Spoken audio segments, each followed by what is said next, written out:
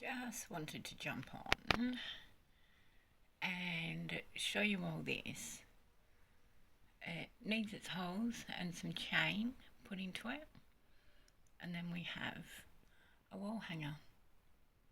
It is actually a custom piece. Someone has asked me to make them, and I've made it so that the clip won't move, but this bit will actually open, and this clip sticks out too, so you can see my finger can get in under there. This one's in the resin, it's smooth, and then this bit's out. So how cool is that?